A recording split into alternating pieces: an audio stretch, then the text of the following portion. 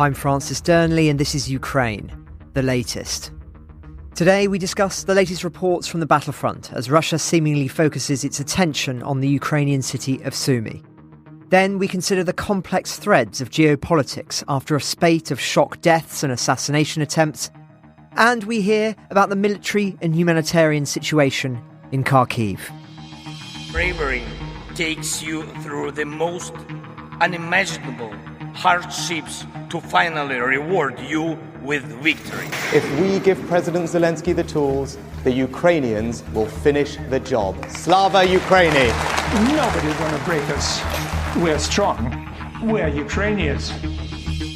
Every weekday we sit down with leading journalists from the Telegraph's London newsroom and our teams reporting on the ground to bring you the latest news and analysis on the war in Ukraine. It's Tuesday, the 21st of May, 2 years and 88 days since the full-scale invasion began. And today I'm joined by our Brussels correspondent Joe Barnes, regular on the Telegraph Moscow desk and editor of the Central Asia and South Caucasus Bulletin, James Kilner, and the team from the human rights organisation RAZOM'S, which assists with the provision of aid on the ground near Kharkiv. I started by summing up the latest developments on the front line. Russia's new assault continues, with Ukrainian sources suggesting Moscow's forces are concentrating limited, understaffed and incohesive forces in the Sumy direction. That's coming from analysis of the Institute for the Study of War in the past 24 hours. To get our bearings, Sumy is around 150 kilometres northwest of Ukraine's second city of Kharkiv, with the Russian city of Belgorod in between on the other side of the border. As we know, Putin claims that this attack is intended to protect Belgorod from incursions and shelling, but analysts believe that it has other strategic objectives as well, which has impacts on the entire front. So the deputy commander of a Ukrainian brigade operating in northern Kharkiv Oblast reported yesterday that Russian forces, including Chechnyan forces, are accumulating in the Sumy direction, but that the limited number of Russian personnel suggests that their objective is to, and this is the crucial bit, draw and fix Ukrainian forces to the international border area. Now, for the context of this ongoing battle, be sure to listen to Dom's reflections yesterday and in Friday's episode. In brief, further to the attack on Kharkiv, it would suggest that Russian forces are massing in the Kursk Oblast on their side of the border, well known, of course, from the battle that took place there in World War II, which is closer to the Ukrainian city of Sumy than Kharkiv. One Ukrainian military observer stated that the Russian grouping there consists of around 9,000 to 10,000 personnel, so up to 3 understrength motorised rifle regiments, each lacking 1 to 2 battalions, 8 motorised rifle, tank and infantry battalions, and 1 airborne battalion, all redeployed from various units, formations and military districts, and at least 2 assault detachments of the echelon of a reinforced company or an understaffed battalion. But, as the ISW says, each limited Russian activity in other areas of the international border, including this one, below the threshold of Russian offensive operations, could still have the effect of stretching Ukrainian forces along a wider front, with Russian forces able to draw and fix Ukrainian forces to this area as long as Russia threatens penetrations of other border areas beyond northern Kharkiv Oblast. So that is perhaps the main importance of these specific movements that we're talking about today. Now, moving on slightly, Joe will cover this in more detail in a moment, but just to flag here, we have more details on the Ukrainian drone strikes against Russian military infrastructure and oil refineries in occupied Crimea, Krasnodar and Leningrad Oblast on Friday and Saturday nights. A prominent Kremlin-affiliated Russian mill blogger had claimed that Ukrainian forces launched 12 attacks against Sevastopol Bay, 9 of which Russian forces shot down near Sevastopol and Belbek airfield, and 3 of which struck a vessel in Sevastopol port. More, as I say, on that shortly.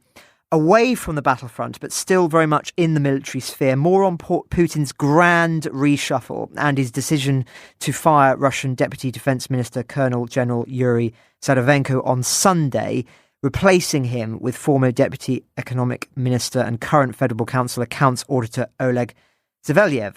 Now, Sedevenko had held his position in the Russian MOD since 2013, but a Russian insider speculated that his removal may be due to his being a defendant in a criminal case for violating anti-corruption laws, yet another of the individuals involved in that. The source added that some additional Russian deputy defense ministers who worked closely with former Defense Minister Shoigu may also resign as part of this reshuffle and corruption investigation. Either way, this shift, I think, should be seen as the defence top brass prioritising that shift to the war economy, though debate, of course, continues as to whether this is indicative of the Russian economy being in trouble underneath the bonnet, as it were, or simply a confirmation that it intends to yet further ramp up its military production. Now, just changing tack slightly, returning to that key debate about permissions for Western weapons usage by Ukraine on targets on Russian soil, US Defense Secretary Lloyd Austin reiterated the White House's unwillingness to approve Ukraine's use of US-provided weapons in strikes against military targets in Russia, following a meeting of the Ukraine Defence Contact Group.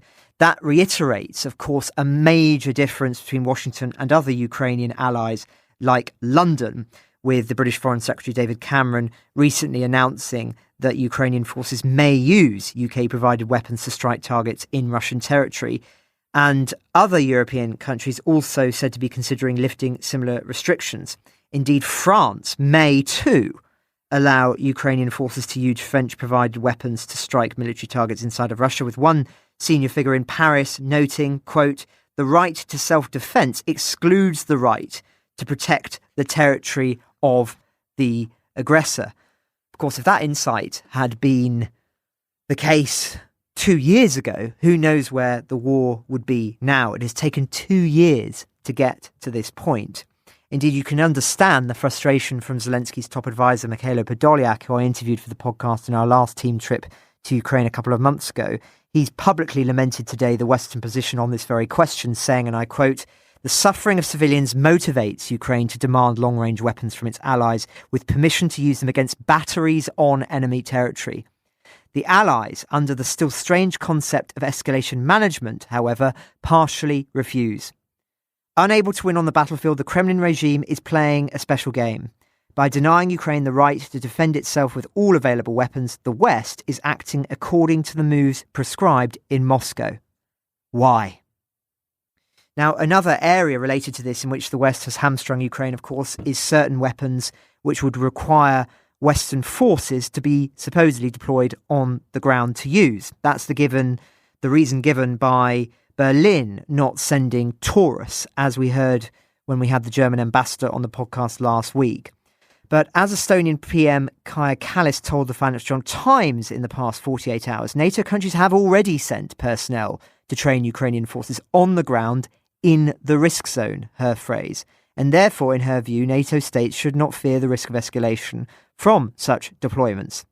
That is, I think, the biggest hint so far of where she stands on the debate between senior Estonian officials about whether the country is planning to send its own personnel to perform non-combat support roles in deep rear areas in Ukraine in order to free up Ukrainian forces to be able to go to the front line. And I think we can expect that debate too to continue. So that is the overarching military situation. But turning to Joe Barnes now, our Brussels correspondent, for some more analysis. Joe, it's great to have you back on the podcast.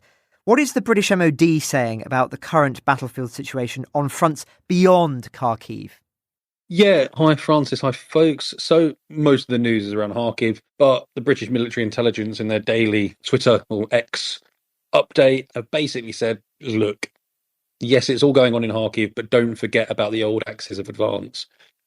They are saying that Russian forces continue their operational focus on the axis northwest of Avdiivka, that's the Donetsk region city which fell in February, and the Russians have been pushing sort of north and west out of that city in recent months.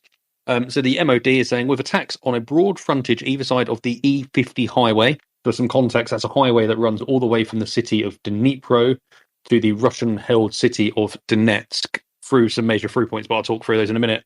And the MOD is saying that Russian forces have likely made a series of small tactical gains over the last 72 hours. And as the Brits always say, that this probably came at a heavy cost. They're saying, probably suggesting that Russia are using meat wave infantry, probably throwing vehicles to their death and being sort of defended against by Ukraine, but it is sort of showing creeping advances.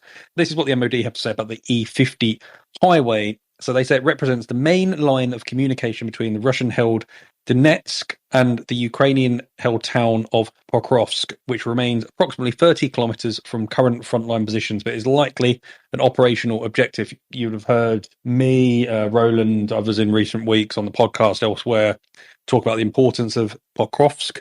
It's one of those basically seen as the sort of the main logistical town, garrison town, supplying Ukraine's fight in the east. Russia has crept forward towards it, meaning basically the town is now within sort of like artillery and rocket, multiple launch rocket system range, which is sort of bad news. In the last few months, we've seen a HIMARS launcher destroyed there. We've also seen a group of launchers transiting through and around that area, Patriot launchers destroyed. So it's sort of bad news that Russia is in that area. So the MOD say it's likely a Russian operational objective, with the attack in this direction likely to seek to create a salient and split Ukrainian forces in Donetsk. And then to the north, in the vicinity of the town of Seversk, Ukrainian forces reported heavy clashes with Russian forces on the 18th and 19th of May, with attacks against Ukrainian positions in Bilahorivka. 1 minute with the pronunciation of these two: Verka Nokamiandansky and Rozdolivka.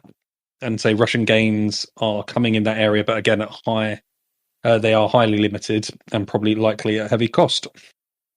Well, thanks very much, Joe. So much going on the battlefield at the moment, it's hard to keep up. And as I said to listeners last week, if you are interested specifically on what's going on in Kharkiv, particularly and getting a sense of geography, I do recommend a long read by Joe and Roland, which we'll add a link in the description to, which has maps and diagrams and lots of analysis further to what we're talking about today. Now, Joe, just staying with you for another couple of things, turning to Crimea, that story from the weekend about strikes from drones, a destroyed Russian minesweeper by the Ukrainian military. What's the story on this? Yeah, so the Ukrainian, to sort of go back, there were reports and Twitter, social media murmurings that this Russian Black Sea Fleet vessel had been destroyed. Now the Ukrainian military has sort of come out and confirmed its side of the story. And it has said a Ukrainian missile attack has destroyed a Russian minesweeper in occupied Crimea. The Ukrainian Navy has not given details on how the Kovarets, which is the name of the minesweeper, was destroyed, although Russian Ministry of Defense basically said it was ATACMS that had been fired in the direction of Crimea. So the Ukrainian Defense Ministry on X, Twitter, whatever we call it, said another bad day for the Russian Black Sea Fleet. We know the US quietly gave Ukraine attacker missiles, the longer range version, with a range of up to 190 miles in April, after months of lobbying. Ukraine has fired the first attack at Russian forces 3 weeks ago and has since basically struck logistical bases, troop centres, airfields, and focused on sort of occupied Donbass and occupied Crimea, basically trying to break the line of communications and make it harder for Russia to basically wage a war by targeting things deep in the rear. Again, to sort of cut short, I did a longish read on ATACMS, which I can put on, I think it's already on my Twitter, but I can retweet that if anyone is interested. So Russia's defense ministry has denied that the minesweeper has been destroyed in the attack and said its air defense systems shot down all of Ukraine's missiles. Shock, often they say that. And then we see pictures of destroyed anti-aircraft systems, destroyed ships, submarines, whatever. So this is what the Russian Defense Ministry had to say. By air defense duty systems, 9 ATACMS operational tactical missiles and 1 drone were destroyed over the territory of the Republic of Crimea. The destruction, the alleged destruction, whatever we want to call it, is only going to pile more pressure on Russia's Black Sea Fleet. It has been driven out of its traditional home in Sevastopol, in occupied Crimea, forced sort of to other Black Sea ports, Novorossiysk, etc. And that is for a combination of drone attacks, missile attacks, mainly Storm Shadow, now ATACMS, but also the use of naval drones by Ukraine quite cleverly. So while Ukraine is sort of having a tough time on the battlefield in the east, it still continues to dominate the Black Sea and is doing well there. That's one of its real success stories. Thanks, Joe. And just one final story from you, if I may, before we turn to James Kilner. James Rothwell, our Berlin correspondent, wrote a fascinating story over the weekend about Russia's latest propaganda campaign. Just grateful if you can briefly summarise this for us. It's very, very interesting. A revision of what Wagner is up to at the moment. Yeah, so gone are the attempts to capture Bakhmut and then topple Vladimir Putin. But so Russia has essentially launched a propaganda drive targeting German speakers for its army and Wagner mercenary force in the latest case of Vladimir Putin seeking ethnic minorities to be cannon fodder. This is a real fascinating piece. So in recent months, organisations claiming to represent the interests of ethnic Germans in Russia have been bombarding the minority group with war propaganda, with a particular emphasis on attracting youngsters. The disclosure is disturbing and potentially embarrassing for Berlin, as Russia is in effect weaponizing German culture against Ukraine. Germany is also grappling with espionage at home, with plots involving Russian-German dual citizens, including a recent conspiracy in Bavaria to blow up military sites that deliver aid and support to Ukraine. There are an estimated 400,000 Russian Germans that live in Russia. They faced persecution during the Soviet era and are still marginalised by the Kremlin. So James Rothwell, our colleague, has seen the propaganda material issued by the Tomsk Regional Russian-German House. It bears the entwined flags of Germany and Russia and urges ethnic Germans to donate to the armed forces and attend free pro-war concerts. Young Russian-German men have faced calls to sign up to Wagner en masse, with one Russian-German community leader taunting them about proving they are not cowards.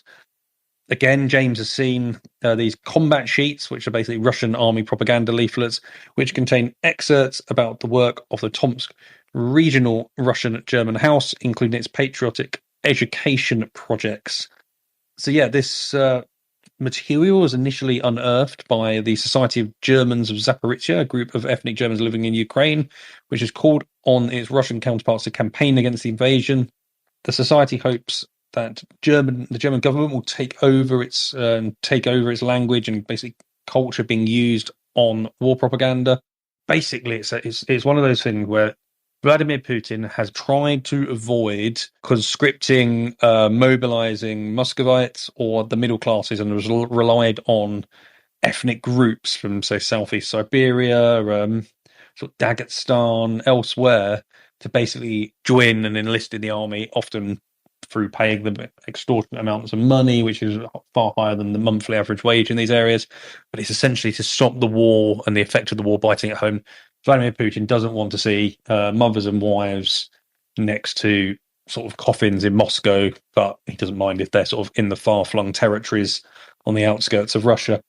But it's quite an unusual appeal that's being made to a German-speaking minority. Their language and culture stems from an EU and NATO member state, which has pledged billions in support for Kyiv, as well as air defence, tanks, infantry, combat vehicles, etc. So is it potentially a sign of desperation from Russia that it's now looking to a very unusual group that shouldn't have sort of overwhelming support for his war in Ukraine? Well, thank you very much, Joe. Great to hear your thoughts on those stories. Now, it's a pleasure to share the airwaves again with James Kilner. The last time we did so was when we just came on briefly to discuss Putin's reshuffle of the top brass. Now, James, there are a few stories I wanted to hear your reflections on. Let's start with Georgia. You've just returned from the country, so very interested to hear your sense on the mood there. It feels like the next few weeks could have major ramifications for the country. Let's start there. Hi, Francis. Pleasure to be back, as ever. I've just been in Georgia for the Telegraph, and just the week before that was in Armenia, also for the Telegraph, reporting on what's going on there. As your regular listeners know, I try and broaden out away from my normal Kremlin beat and try and remind them about the importance of these geographically peripheral countries to the Kremlin and their war effort in Ukraine. In Georgia, we've seen this so-called foreign agents law, which is a Kremlin-inspired law, be pushed through Parliament last week on the third and final reading. It's designed really to undermine Western NGOs. If an NGO has more than 20% of its finance from the West or from an overseas power, it will have to register, and that gives the government a lot more control over who to sanction, who to close down, who to control, etc., that sort of thing. This has generated huge protests in Tbilisi. We've seen tens and tens of thousands of people on the streets almost every day, and we've seen a very harsh reaction, not consistently, sometimes from the police, who have charged protesters with batons, tear gas, water cannons, allegations, unverified allegations of firing rubber bullets, that sort of thing. And we've seen snatch squads pull protest ringleaders into their ranks and beat them, and they reappear sometime later badly beaten. We've also seen this violence spread outside these protest areas. We've seen, again, about 10 days ago, I think it was, the leading opposition activists were, over the course of 1 or 2 nights, I think this was, they were ambushed by hooded thugs who lay in wait for them as they returned home, beat them badly outside their apartments, etc., and then fled. This has been blamed on the escalating sort of cycle of intimidation that the government is trying to put civil society under. And roughly at the same time as that, we've had a campaign where posters have been plastered around NGOs and media groups accusing their directors and leaders of being traitors. Again, this is all the intimidation process. So I was out there interviewing people about this sort of thing. Activists who have fled Tbilisi because they're in fear, interviewing some of the protesters, etc.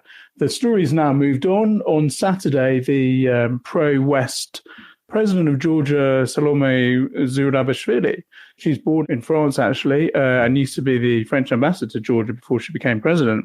She is in opposition to the pro-Russia, pro-Kremlin Georgian government, the Georgian Dream, which is basically controlled by this billionaire, Bidzina Ivanishvili, who earned all his billions in Russia in the 1990s. And she vetoed the law on Saturday, surprisingly quickly. We had expected her to take up to 2 weeks, but she did it within a couple of days. The law is going to then revert back to Parliament, which under the Constitution can basically force it through. They only have to consider her veto and her opinion, but they don't actually have to do anything about it. So we're expecting it to be forced through again in the next week or so, Francis, and that to trigger even more protests. I would say that the Georgia scenario is the new sort of one of the new ideological front lines between the West and the Russia-style authoritarianism, which is creeping across the fringes of Europe, etc. And I think it's very important to keep an eye on. It's all linked back to the war in Ukraine, which has been emboldening Russia and emboldening Russia's allies. This is really important, the Kremlin's allies, to crack down on civil society, to crack down on democracy and shift the focus of their societies, which they run, and their politics back to a Kremlin-style way of doing things. Very important side note on this foreign agents law in Georgia, which they're pushing through. There's a similar law was pushed through in Kyrgyzstan. Can't remember, you have to excuse me, whether it was in April or March, but earlier this year with very little pushback from civil society there. So this is happening across the board. And in Georgia as well, we've had a legal crackdown on LGBT rights. Also another law, so-called offshore law, which was designed to turn Georgia into more of a sort of critics to say money laundering haven, which favours Ivanishvili. That's also happening at the same time. So there's a lot going on there that all links back to Ukraine and the Kremlin's push to pull in its allies. Well, thanks very much, James, for that. Always interesting to hear your perspective on that part of the world. We'll come back maybe to Armenia later, perhaps in your final thoughts. Interested to hear your perspective on there too. But you've also done a lot of coverage and analysis for The Telegraph, including our sister podcast, Battle Lines, on the assassination attempt on Slovak PM Robert Fico. What's the latest we're hearing on his health, James? And what do you think the ramifications could be of that attempt on his life? As far as I know, he's stable. I mean, he's in. I mean, I think the comments were that he's not out of the woods yet, but I think he is stable. I think the ramifications of this attempt on Fico's life last week. I've just been reading through this on the Russian media. I need to put it back a little bit as well, Francis, to the death in the helicopter of Iranian President Raisi the weekend. On Sunday night, his helicopter crashed, came back from a meeting, basically just a photo op with Ilham Aliyev, the Azerbaijani president, on the border. They're opening a new dam or looking at a new dam. But the really important thing here for your listeners to remember, and this, again, links in with the whole Georgia crisis is the Kremlin's trying to push its sphere of influence off the back of its relative success in recent months on the battlefields of Ukraine. So there's been a lot of stories in the last couple of days, especially today, drawing a sort of nefarious link between the assassination attempt on Fico last week, the death of Raisi on Sunday evening, an alleged coup attempt in Turkey. There have been plenty of articles in the Russian media sort of saying what links all these, what is it about the Kremlin's friends and Washington's enemies or countries that had problematic relationships. What is it that links all these events together? And the sort of unsaid answer to this question is that there's some sort of US link, some sort of US plot. It's just worth also remembering that Sergei Lavrov is in Kazakhstan and Astana at the moment at a meeting of the Shanghai Cooperation Organization, which is a sort of a pseudo-military economic group headed by Russia and China, but focused on Central Asia. He's at a meeting with other foreign ministers from the organization. I think Iran, again, if you forgive me, I think it is actually a full member of this group as well. So they're also there. And the Komsomolskaya Pravda journalist was speaking to Lavrov, who sort of interviewed him. And again, the Kremlin's propaganda machine, the way they spin things is very clever. So they might not be directly blaming Washington for the death of Raisi, but they are dropping it into the conversation. They're dropping question marks in the conversation, which make the readers, their target audience is Russians living in Russia who they've been propagandizing for a long time to persuade them that the US is the great enemy and that they're fighting war in Ukraine, effectively a proxy war in Ukraine against the US. Lavrov said, this is to the Komsomolskaya Pravda journalist, you've got to remember that Iran has been under these terrible US sanctions for so long that, of course, maintaining their helicopter fleet is very difficult.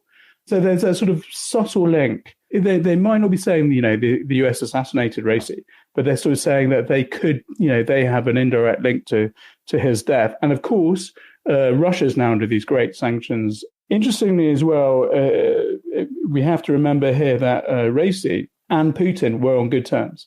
Putin turned to Raisi for drone backup, for military supplies in 2022, when he was really under a lot of pressure of the war in Ukraine. And Raisi answered the call, sent him all these terrible drones, all these missiles, which have been pounding Ukraine ever since. Yesterday, Putin did release a statement on Raisi's death, describing him as a true friend of Russia and an outstanding politician. So that really sets the sort of the context of what his death means to the Kremlin. He's also sending the State Duma speaker to Raisi's funeral. It's a very high-level envoy, effectively.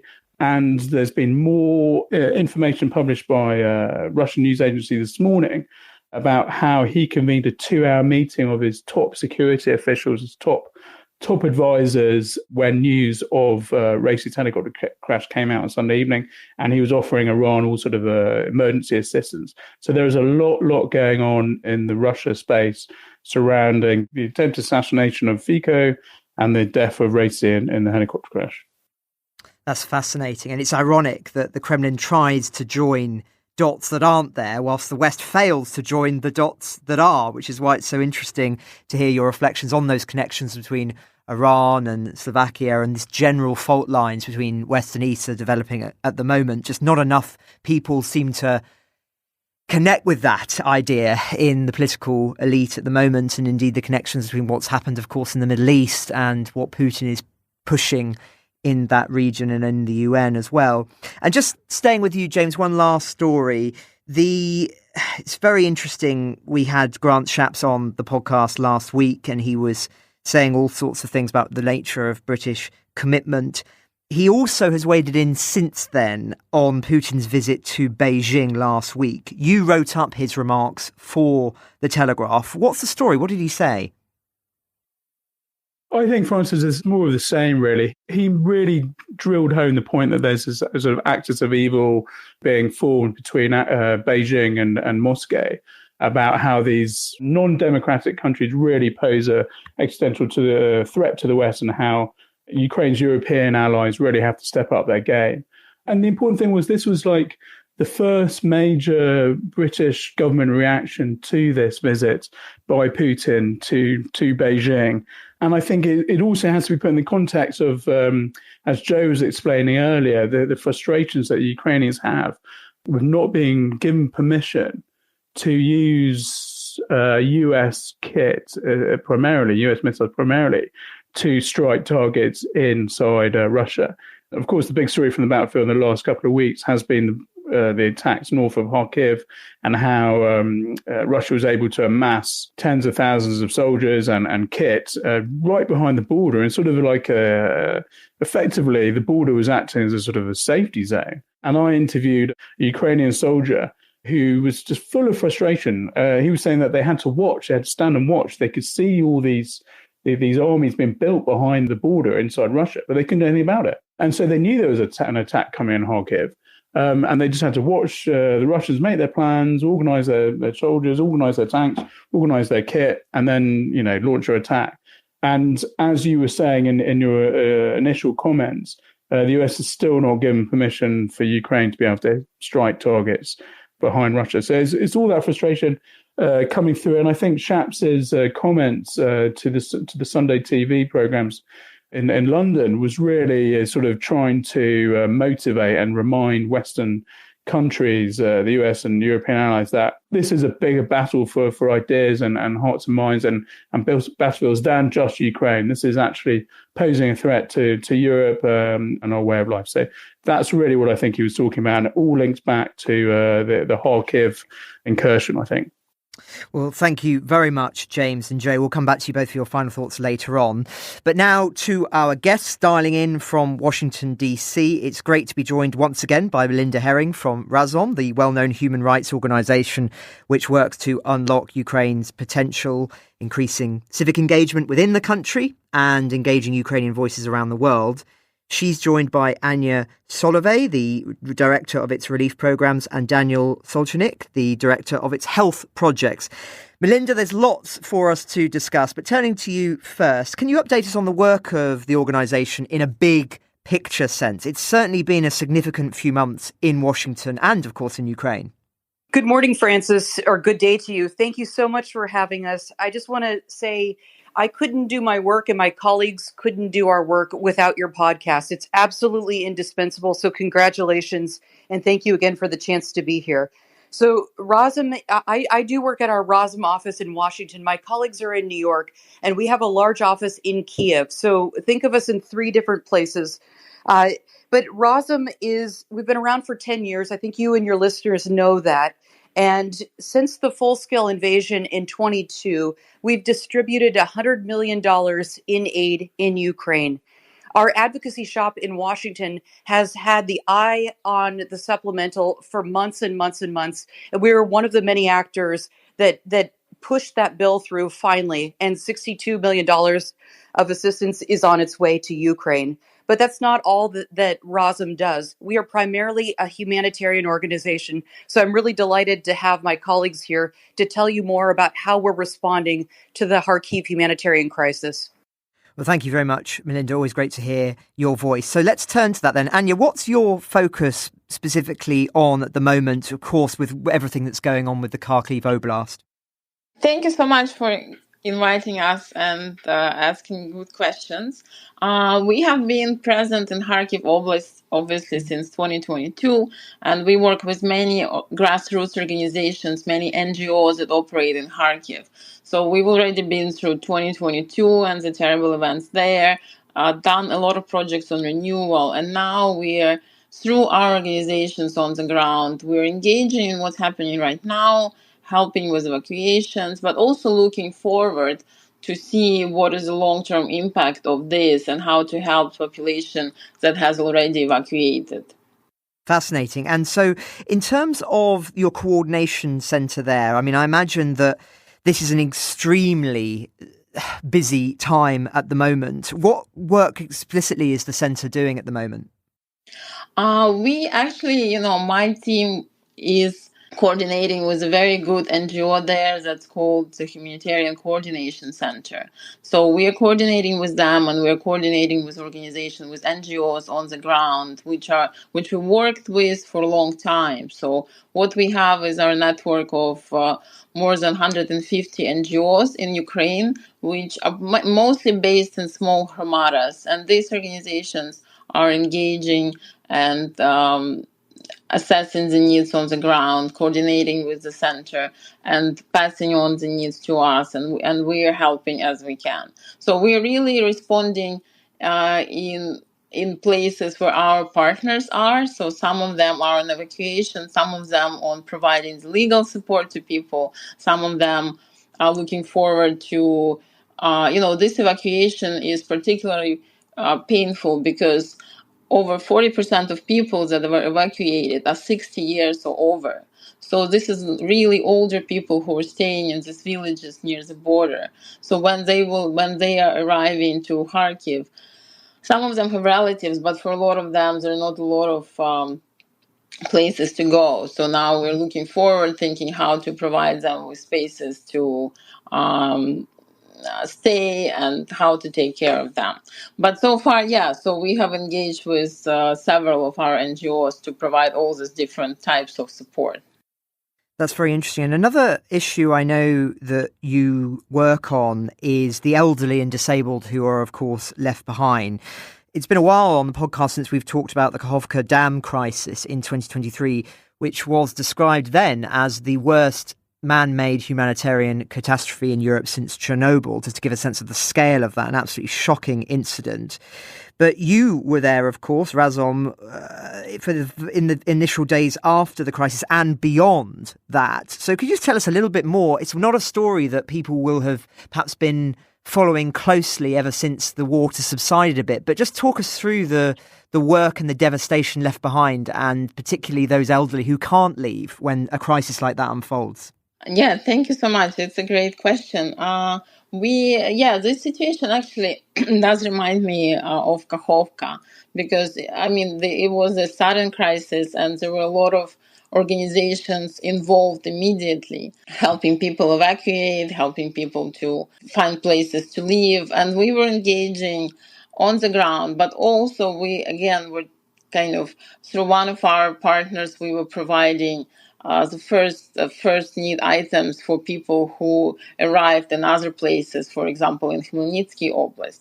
So what's happening is that when people leave so suddenly, they don't have any of their hygiene items, they don't have simple items like blankets or anything else. So this is something that we were able to help with immediately. But also in the longer term, like in Kakhovka crisis, what we've done, we actually evaluated where the needs are, and Kakhovka was devastating not only for people who were there at the moment, but interestingly, because of the change of the level in Kakhovka Sea, a lot of people in Dnipro were left without water.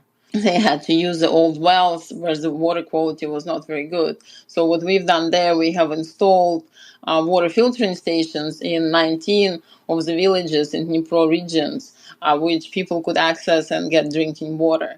So kind of we want to be present on the ground when the crisis happens, but also we want to look forward and we want to deal with long-term consequences of anything that happens. Thank you. And just one final question, Ania, to you before I turn to Daniel, which is, I think it's important that listeners understand that you're not just one big organisation operating in all of the areas you are, but you're also providing small grants to Ukrainian NGOs. I think up to 160 are currently, and some of the grants are quite sizable, $15,000, etc. Can you just talk a little bit more about those charities, those organizations that you're supporting in Ukraine and the kind of work that they're doing? Definitely, yes. My team is all about supporting local NGOs. We really believe that people on the ground have the best knowledge and have the motivation to help, and we just need to give them resources to help.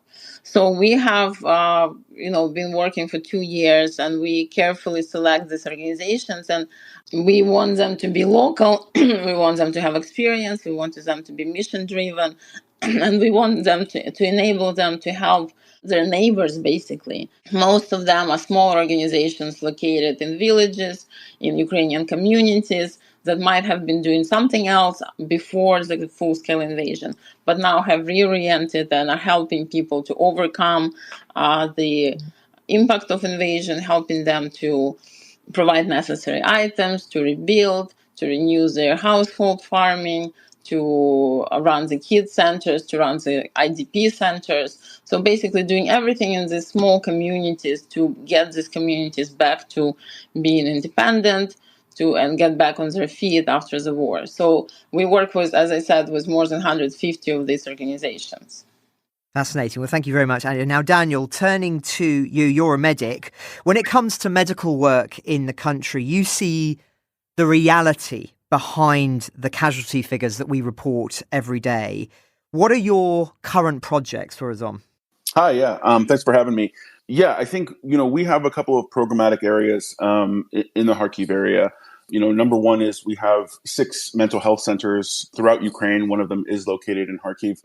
Although, as of a couple of months ago, our security assessment kind of had us move to online work only to protect our patients and our staff. So mental health is sort of one area of direction for us. We also partner with local NGOs, sort of hyper local NGOs in Harkiv, Mission Harkiv being one of them, to train power plant workers and utility workers on first aid and trauma care and give them the supplies to react and to sort of treat themselves and their co-workers, because as we know, the infrastructure is a frequent target for Russia.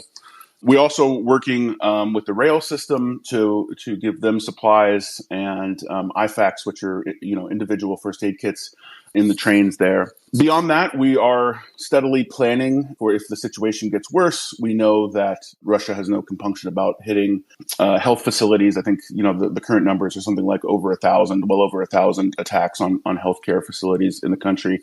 So we're making plans to evacuate those folks if needed, cancer patients, these sort of chronic patients that need, specialized care. And so we're trying to find how best to evacuate them, where they can go, and making plans for that situation. Thank you, Daniel. And just another question, which is a bit broader from me, but just to give a sense of scale for listeners, were it not for organisations like yours, just how much worse do you think it would be on the front lines? We've reported on the podcast before about failures within, or struggles, should I say, failures and struggles of the Ukrainian medical services, who are facing extreme challenges for understandable reasons, given the nature of the assaults on major civic centres. But I'm just trying to get a sense of without you and without organisations like you, how serious is the situation on the ground, or would it be? Yeah, it's a great question. I think one of the things early on that we saw was that we had international actors come to Ukraine and trying to copy paste their programming from the Middle East and North Africa. And what they saw is that Ukraine does have a functioning healthcare system. However, the areas in which we work is kind of specialized care. And so, we also deploy surgeons, neurosurgeons and facial reconstructive surgeons to be a real adjunct for the functioning Ukrainian healthcare system, but kind of filling the gaps in those areas. That's where probably the biggest pitfall would have been if we weren't involved. Thank you. That's really interesting. Well, I'll come back to you because I think you're going to do the final thoughts on behalf of the organisation. So I'll come back to you in a second, but I just want to return to Melinda, if I may. Melinda, the last time you and I met face to face was, of course, when we did our Washington trip in September. I have to ask you, zooming out a bit, it's, as I said earlier on, it's been a really significant few weeks for the Washington effort for Ukraine. What's your sense of the mood music there at the moment, as, of course, we are approaching that all vital presidential election in November?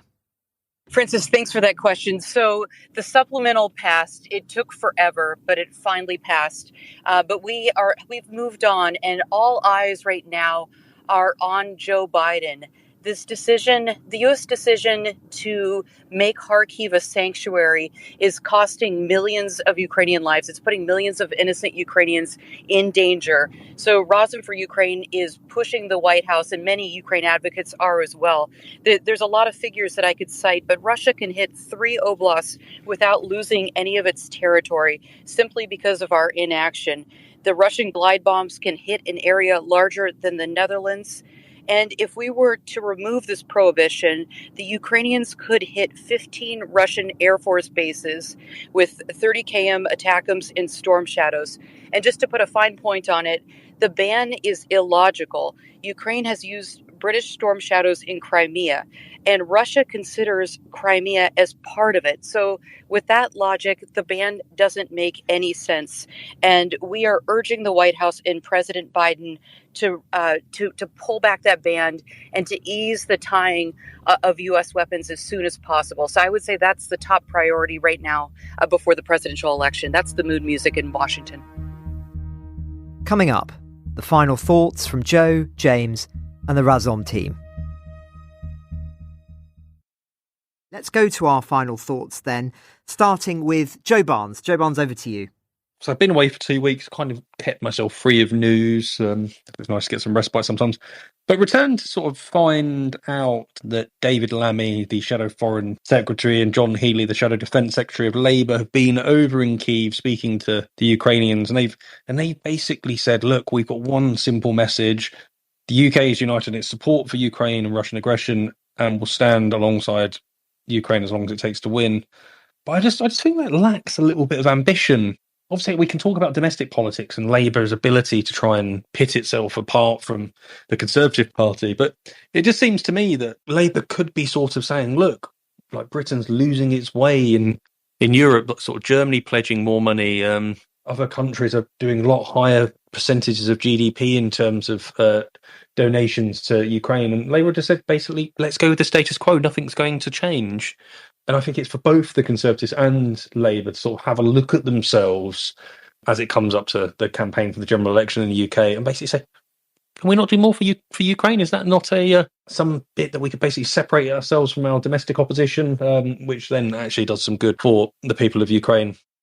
Thanks, Joe. You're right. I think we're going to be paying a lot of attention to British domestic politics because of the improved role in the last few weeks in terms of what Britain is trying to do in terms of the conversation and moving it forward with, as we've spoken about today, Lord Cameron's remarks about letting Ukraine use British-provided weaponry on Russian soil, unlike what's going on in Washington. So, as you say, the fact that Labour aren't really commenting very much on that does speak volumes, and I think is indicative of perhaps trends in Europe more broadly. But so thank you very much for that. Joe, James Kilner, you next. So, Francis, just to wrap things up on my end, just want to agree with you that the promotion of Oleg Savelyev from the Count's Chamber to become the Deputy Foreign Minister under Andrei Belousov, this happened yesterday, I think, is really indicative of the way the Kremlin is looking at the war through Excel spreadsheets and numbers, and how it's turned the Russian economy very much into a war economy. And this war of attrition, has been very effective. I read an interesting Twitter feed from Mikhail Khodorkovsky, the exiled Russian opposition leader. He was imprisoned by Putin in the early years of his presidency. He wrote on Twitter that it cost Russia roughly $100 to produce an artillery shell, and it cost Europe about 10 or 12 times that much. So the idea that this war in Ukraine has really become about numbers, and the way the Kremlin sees these numbers is critical, and all links back to, again, Putin's relationship with Raytheon and Iran. Plus, a Wall Street Journal investigation, I think out yesterday, was reporting on how Russian scouting teams have been going around Europe covertly and looking at potential sabotage targets. They're talking about railway stations, ports, this sort of thing. Really difficult for European security services to track. This is part of the Kremlin's asymmetric long-term war against Europe and against NATO, etc. And also came as news break today, I think, that Poland has arrested 9 people suspected of being part of this wider asymmetric war that the Kremlin is pushing in Europe. So some really interesting and very scary things to consider here. The realignment of the Russian defense ministry after Putin's re-inauguration as president, and warnings that Russian covert sabotage teams are scouting out targets across Europe. Plenty to be thinking about, Francis. Well, thank you very much, James, back from Armenia and Georgia. to Joe in Brussels, and now to our friends in Washington, D.C. I leave you, Daniel, with the final thoughts of the episode today. Oh, well, thank you so much. I think, first and foremost, keep talking about Ukraine, keep thinking about Ukraine. And I think echoing Melinda's comments earlier, your podcast is, sort of the shining light on the hill for us. From my standpoint as a medic, I think it's really important to understand how tightly linked the military activities are with the health of the folks that are in Ukraine. Things that we hear from our doctors that we send and our local doctors is, if we only had air superiority, if we only had X, Y, or Z, military assistance, we wouldn't be seeing the casualties, that we are. And so for Harkiv, we can have an infinite number of Patriots and interceptors and all these fancy things from the U.S., but it really, if they're not allowed to hit these legitimate targets, as you said, there's for weeks and weeks, we saw the Russian buildup on the border, and there was nothing that was kind of hamstrung, and we couldn't do anything. If the Ukrainians can't, hit legitimate targets in Russia, then Kharkiv is absolutely at risk of falling. Ukraine the Latest is an original podcast from The Telegraph. To support our work and to stay on top of all of our Ukraine news, analysis and dispatches from the ground, please subscribe to The Telegraph. You can get your first 3 months for just £1 at www.telegraph.co.uk/Ukraine the Latest. Or sign up to Dispatches, our foreign affairs newsletter, bringing stories from our award-winning foreign correspondents straight to your inbox. We also have a Ukraine live blog on our website where you can follow updates as they come in throughout the day, including insights from regular contributors to this podcast. We also do the same for other breaking international stories. You can listen to this conversation live at 1 p.m. London time each weekday on Twitter Spaces. Follow The Telegraph on Twitter so you don't miss it. To our listeners on YouTube, please note that due to issues beyond our control, there is sometimes a delay between broadcast and upload. So if you want to hear Ukraine the Latest as soon as it's released, do please refer to podcast apps. If you appreciated this podcast, please consider following Ukraine the Latest on your preferred podcast app and leave us a review, as it helps others find the show. Please also share it with those who may not be aware we exist. As the disinformation war ramps up, we are relying on your support more than ever. You can also get in touch directly to ask questions or give comments by emailing ukrainepod@telegraph.co.uk. We continue to read every message. You can also contact us directly on X, formerly known as Twitter. You'll find our handles in the description for this episode. As ever, we're especially interested to hear where you're listening from around the world. Ukraine the Latest was today produced by Francis Dearnley, Giles Gear, and Phil Atkins. Executive producers are David Knowles and Louisa Wells.